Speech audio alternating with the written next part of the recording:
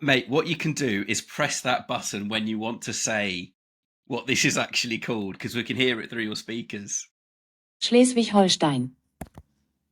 Have All right. adopted open source. Listen, wanted to talk to you on this one because you guys, Licenseware, posted a blog about something that I think we've seen happen or we've seen people threaten to do in the past, but this one seemed super interesting, and the benefits and opportunities from an optimization standpoint, from an ITAM perspective, seem quite mouthwatering if you're looking at the pure monetary opportunities from doing this. But you're way more of a technical guru than I am.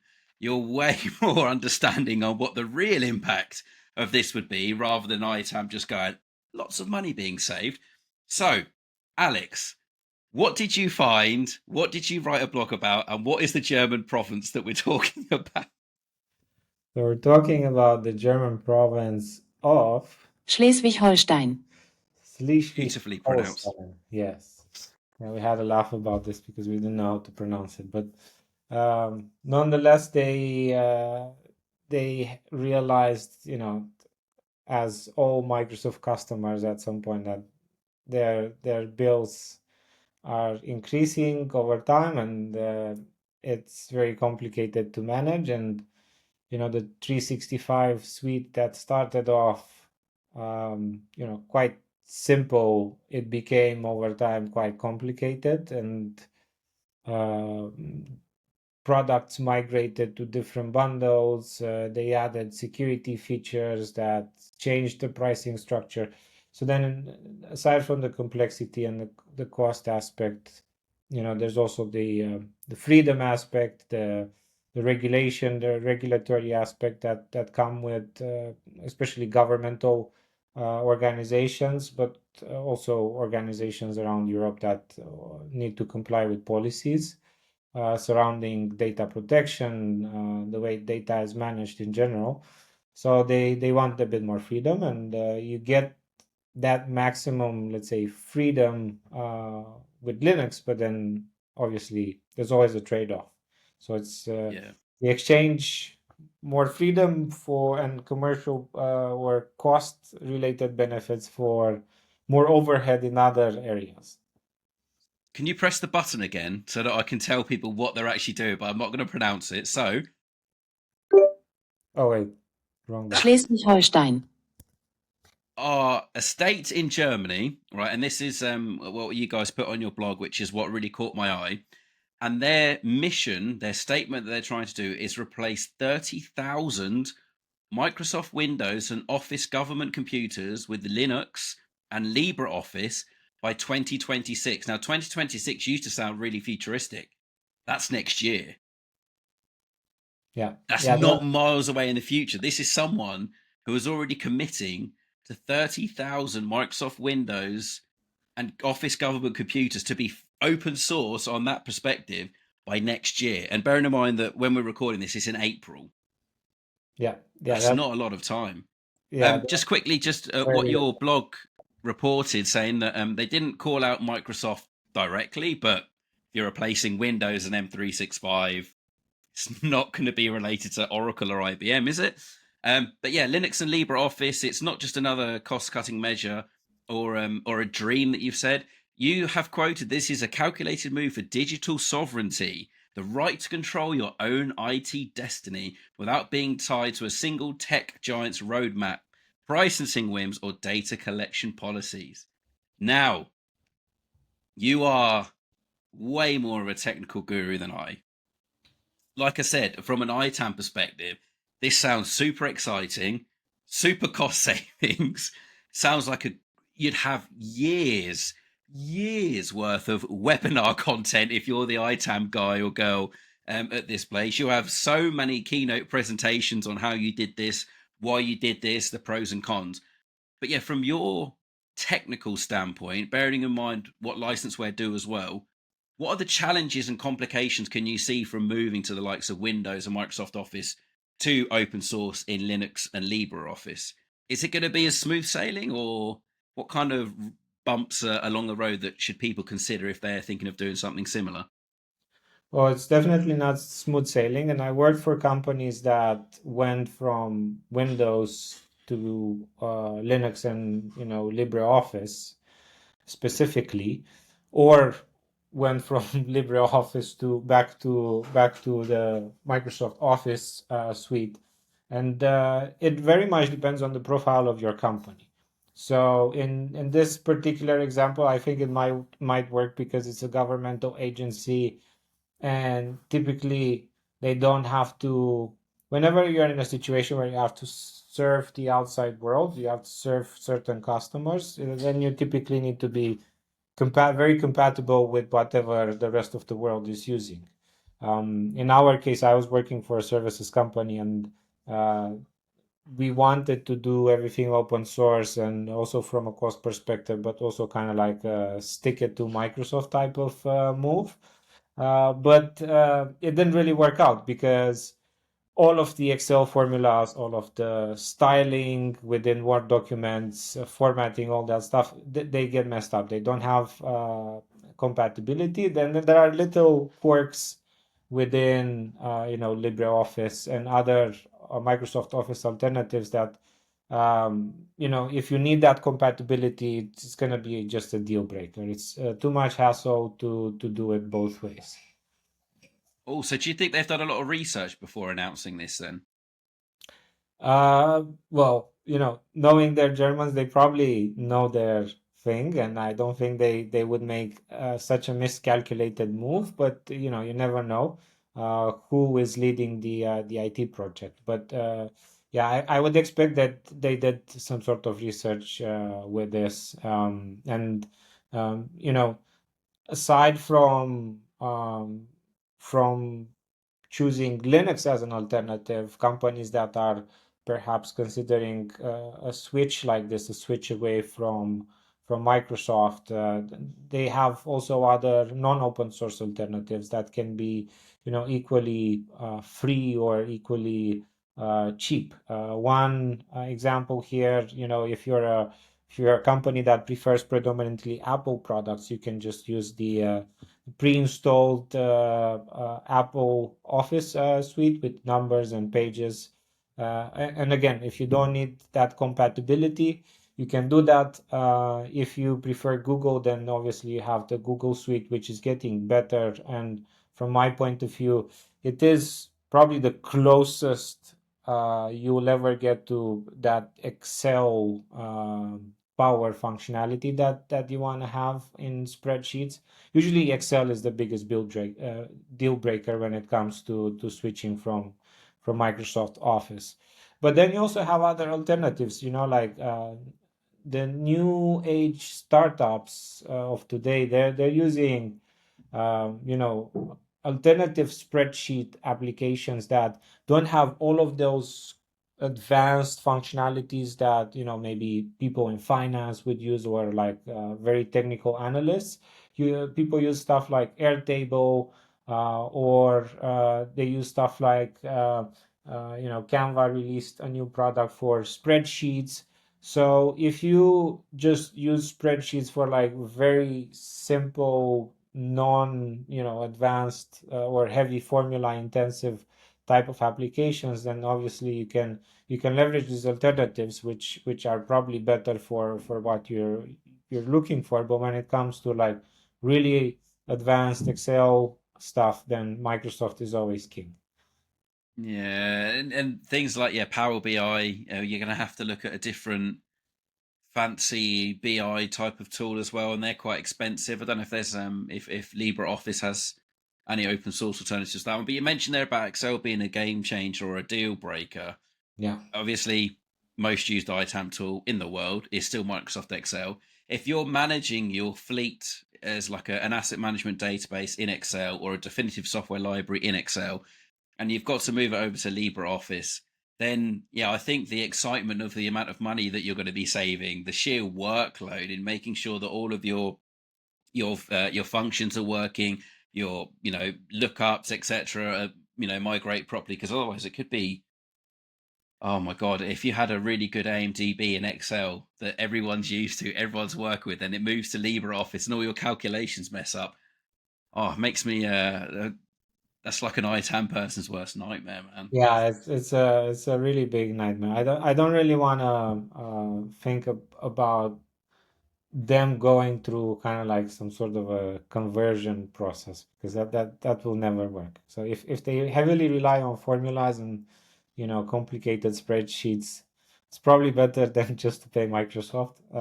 But there's also risk or challenges on the operating system side, right? Because everyone is used to Windows, and although you have certain Linux alternatives like Linux Mint that are, very similar in terms of UI, there is still somewhat of a learning curve. The way you install stuff on Linux is different, and you need to be a bit tech savvy, or at least know your way around the terminal, at least to a level where you can just Google stuff and copy paste terminal commands to fix stuff. Because sometimes on Linux, your Bluetooth gets uninstalled just unexpectedly, or like certain your mouse stops working, and those are things that you can most of the times fix quite easily. You just type a command in the terminal, you Google something, and it works. But if you don't know, or you feel insecure about this kind of stuff, it can be a problem, right? So you need proper support, more support than you would normally need on Windows. It's almost as if you can see my notes and questions for future, my notes for future questions. But that was going to be one of my points as well that I was going to raise to you was, I mean, you think 30,000 devices, right, is what the news articles and your blog's quoting. Not There's going to be a large proportion of that user base that isn't technical. They're in like a finance role, a customer service role, something that doesn't require them to be too technical. They know what to click on, they know how the applications that they use work, etc. I mean, I'm just thinking back to clients that I've worked with. We've had to provide a lot of hypercare, and that's the over the top support once you make a migration or do a switch of software upgrade and OS, etc. Just for things like moving from Windows 7 to Windows 10, Windows 10 to Windows 11, because people are so used to what the icons even on the screen look like, where the search thing is, how to copy and paste. Like you said, even when I first got a Mac, I was like, how the heck do I copy and paste? Why is this not work? What the heck is command? That's not right. That's not normal. So you throw that into a whole government organization that's going to have a large proportion of its user base that are not tech savvy, are not IT savvy. You are going to have to be providing an immense amount of hypercare, not only on the operating system and just how to get around, even how to turn the thing off and on again, how to do a reboot, how to find your machine name, how to find the applications you want. But then secondary to that is actually providing hypercare for LibreOffice as well. Because again, that looks different to, if they're used to M365, things aren't going to be in the same place. And sorry to anyone that's called Doris, but for example, Doris in finance, who's used to clicking this button and this button to get this result, suddenly that button doesn't exist anymore. That looks a bit different, and I can't get the result I wanted. And the frustration can very quickly build, right? So, yeah, hypercare on this. They've got to have a really big plan on supporting their user base, because it's a huge cultural change as well, right? Moving operating system, moving the tool, the most used application that a lot of the people are going to be using, that live and breathe in Outlook, live and breathe in Excel, PowerPoint. I mean, that hypercare, Alex, come on, that has got to be. I agree, and some organizations are quite creative about tackling this issue. An example comes from again, some public organization in China, and they were previously using Windows XP, and everyone was like super used to Windows XP. So when they moved to a Linux OS, what they did, they basically created XP-like theme for the Linux OS, and they installed that, and everything looked like XP. There were some screenshots online. It actually looked pretty close, and no one really had any issues anymore.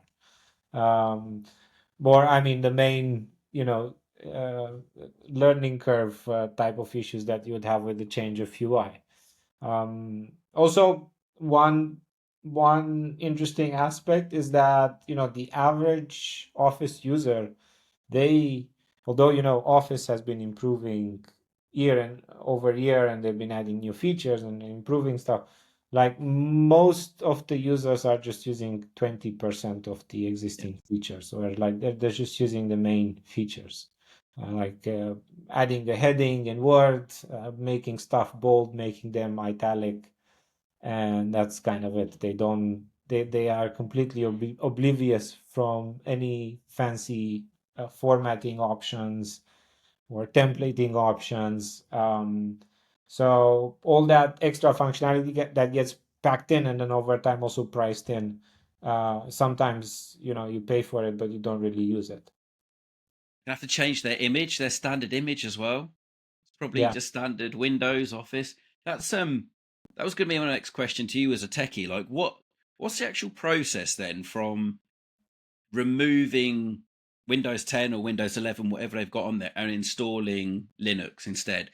Like, is that something where they're going to have to, there's going to be some downtime for the end user? I mean, naturally there will be while it actually does that removal, but yeah, nowadays I've never witnessed or done a full Windows removal to a different OS. It's always just been like an upgrade rather than a completely different one. Like, how does that actually work?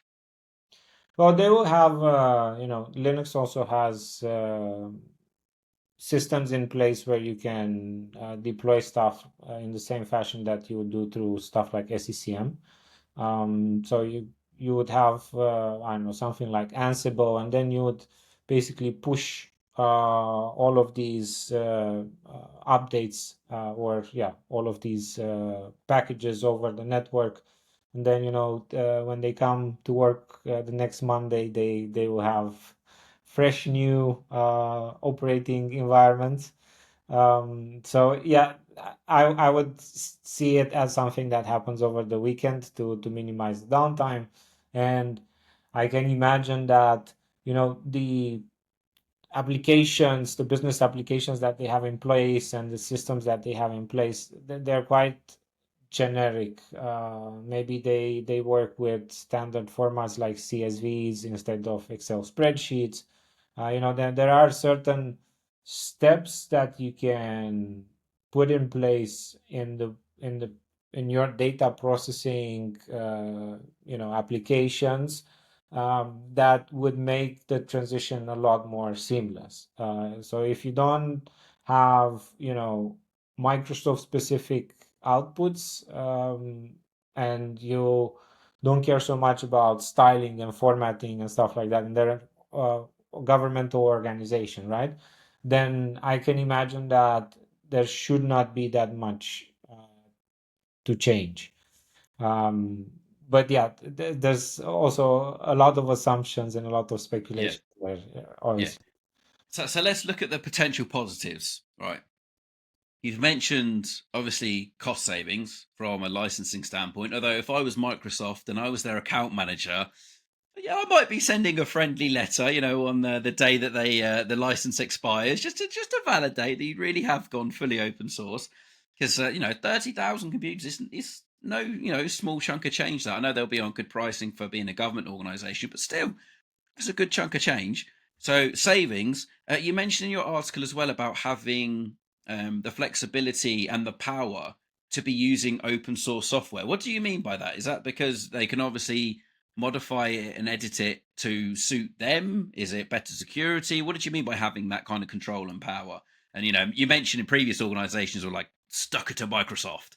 Is So security, you get better security by design, because Linux systems are typically more secure than Windows systems. It's also because they are less attacked and less creative ways of attacking them. So then, the stuff that you would pay, for example, in terms of security as extra stuff for Windows, you sometimes get it in Linux as a given, right? right? Sure, you still need to have some firewalls, some antivirus also for Linux, but these things are again still open source. And if you have like a very powerful IT team, then you can obviously branch. Having access to the source code, you can branch and build your own stuff on top of it. So from a development standpoint, Linux is easier to develop on and is more secure. One other aspect is that you don't get so locked in as you would do with, proprietary vendors. You don't have a contract that you need to, wait until it expires. Don't have a contract that you need to negotiate.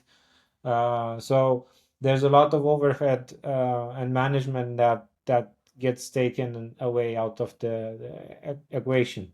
And then, you can change Linux distributions a lot easier than you can change Windows distributions, I would say. So, what about negatives? What negatives can you see? Well, it implies a different type of team. Typically, Windows experts are very good with Windows. So Yeah. then you either have like a really, ambidextrous type of IT team, or you need to start hiring some new roles. Um, and everything in Linux is a bit different, or sometimes a bit more complicated. So you need a lot more management from that point of view. Um, and yeah, it's just the little things. The devil is always in the detail. Um, that you would have to take care of. But normally, as I said, if you don't have compatibility issues, then it's always a good switch. I'm And always a promoter of Windows, or not Windows, of Linux and alternative systems to Microsoft, because Microsoft started as a very friendly alternative for businesses, and it still is in many cases, but it's also taken for granted in a lot of cases. And sometimes, there are alternatives that uh, are non-conventional, that are typically cheaper or more secure, or better fit for a small business or for your purpose. There's a big study done by IBM, and they compared the cost over time of MacBooks versus Windows devices. And it turns out that MacBooks require less servicing, and they are cheaper over time. You don't need to pay yeah, for the operating system.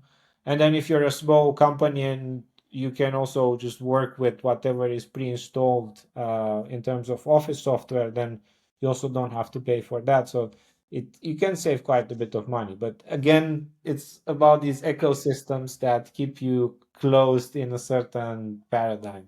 mate. The Mac guys that's the argument they always bring forward, right? Whenever there's any hardware optimization or budget cuts, and you go to the Macs that are the most expensive thing to buy outright, but typically have a longer lifespan within an organization, you get more money back for it at its end of life as well. It's always a case of, yeah, we need more money up front, but guess what? It's going to last you longer and you're going to get more money back for it. And I totally get that. I'm not a big Mac guy. I've got a Mac and I don't really use it that much.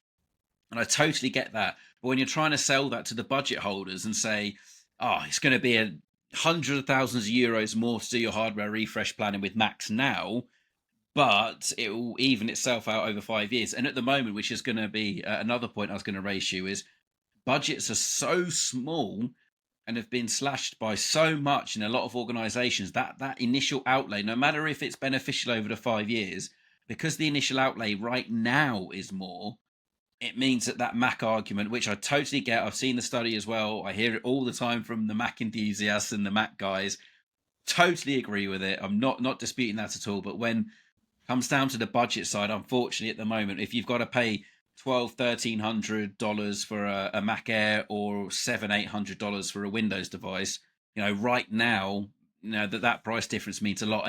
And that goes to what I was going to ask you as well, with this move to open source, and obviously the cost saving element of it for the German province whose name I'm not even going to try and pronounce. Yeah, go on, press the button. The German province. Schleswig-Holstein.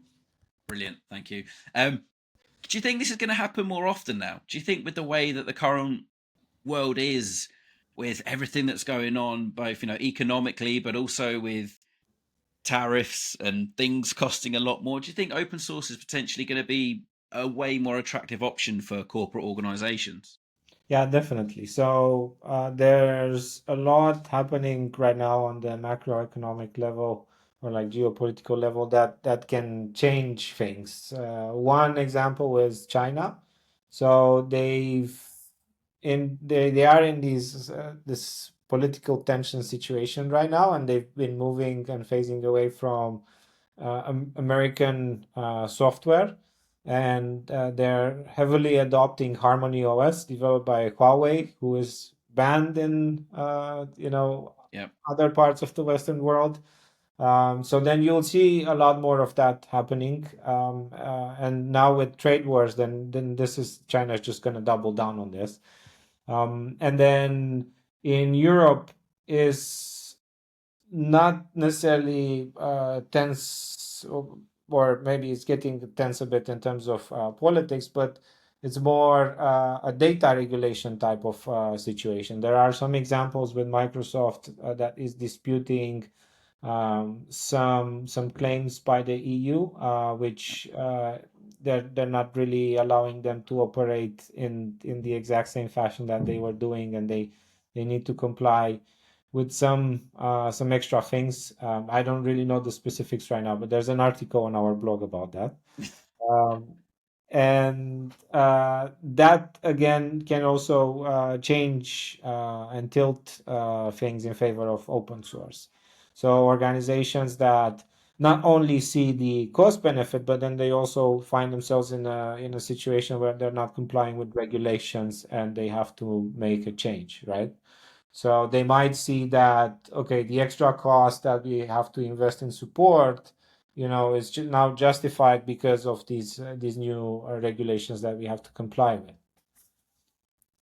Yeah, it's And if more organizations are going to jump onto open source, then obviously there's going to be more eyes on that code, more contributors, and yeah. it's going to accelerate, the velocity and the improvements that they make to it, and it might become better, or even rival whatever you get now in the classical Microsoft stack. But you mentioned it, more eyes, right? Could that also be a negative though? Could you have the wrong set of eyes on a piece of open source software that they can then do some damage? The best and most secure enterprise systems run on Linux. The world's biggest supercomputers run on Linux, and But it could. yeah, it could obviously, but it just and because it's out in the open and everyone can see it, it is built by design, and it has certain mechanisms in place that if you follow uh, certain frameworks and best practices, you won't get hacked. Yeah, that would. I mean, we all for whatever client it is anyway. We always look at cheaper or open source alternatives for things like Visio project, mind mapping software, all of the nice to haves rather than like core apps like a Microsoft one. But yeah, I don't know. I think I'd feel a bit. I don't know whether it's just because everything that is going on in the world, right? And we saw last year about CrowdStrike. They had their outage and caused carnage. Like nowadays, all it takes is someone or something, if it's AI, to infiltrate a really critical bit of open source, like Linux, for example, and that could do so much damage. So I totally get it's the safest infrastructure in the world, all of that, but all it takes is something to go wrong, and if you fully moved over, I don't know. That's the only bit that makes me. I know Mike. I know Windows gets hacked. I know everything else. That's Yeah, just the that's one equally bit. true on every operating system that you're I on.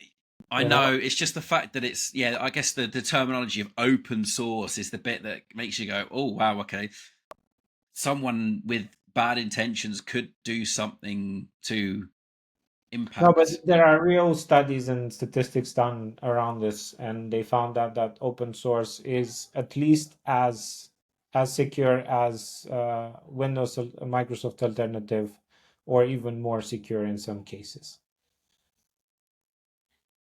More secure, okay. Yeah. But if I'm a CISO, I am getting nervous. Yeah, it's a big change. It's a big change. Yeah, It's not for everyone, and I can tell you, like most commercial enterprises, they won't be able to make the change. not wholly, but I definitely think there's some opportunity there with some smaller products like mind mapping software, project management stuff, Visio, not Visio obviously because that's what you're trying to find an alternative for, but diagramming, all of that kind of stuff. I definitely think there's some really good open source alternatives out there if you can just convince the security and architecture and CISO that it is safe, and they do all their checks and balances and look at vulnerabilities and stuff for it, because some of the stuff is, as I think we've both seen, where the open source license is, based on the number of beers that you buy the developer if you ever meet them in a bar, or you buy them a coffee, and then if you're a CISO, it's like, oh God, do I really have to send them this license agreement which proves it's open source? And then it's got, if you ever see me in a bar, you have to buy me a beer. And you're like, is he going to take this seriously? Are they really going to look at this when that's the license agreement? But you're a fan of open source, right, Alex? As a tech enthusiast, you love a bit of open source, right? Yeah, definitely. And there are alternatives, you can, if you think you can manage it yourself and have your own support and all that stuff, you can use something like Ubuntu or Linux. Ubuntu, yes, that's the other one I was trying to remember. Or Yes, Linux Mint. But if you want that enterprise grade support, then you can use OpenSUSE that has enterprise support. You can use, and it's a German distribution. So probably I wonder if they're going to choose that or if they're going to choose something else. Or you can use something like Red Hat, which has a price tag associated to it, but then it's obviously still a lot cheaper than using Windows Server. yeah, that's And when you start going down.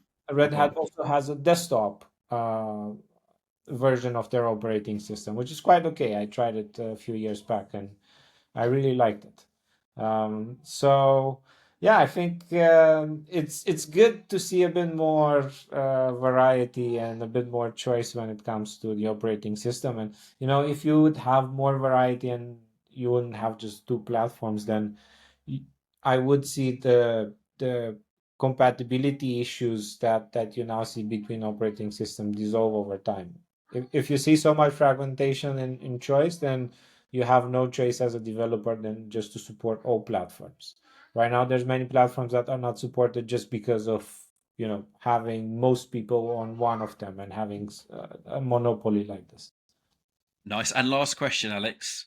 How would you manage this open source software? Like, for example, the German province, which we're not going to say again. How would you manage that from an ITAM perspective? What would you care about? What would you look for? What would licenseware as a technology look for? Well, when you use open source software, it's not necessarily that it's always free.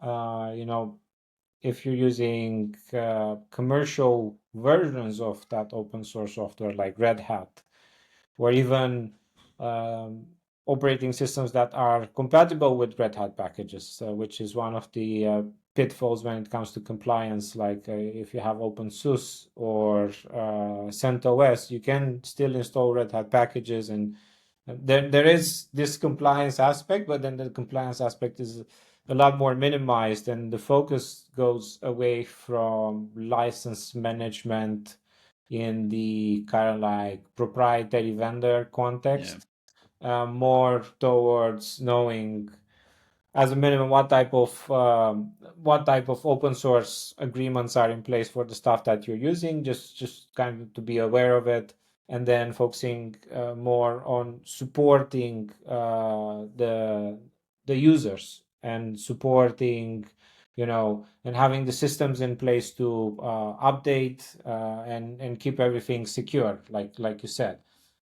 So it becomes more of a DevOps than of a FinOps type of operation. But you still need ITAM, right? Yeah, definitely. You always need ITAM.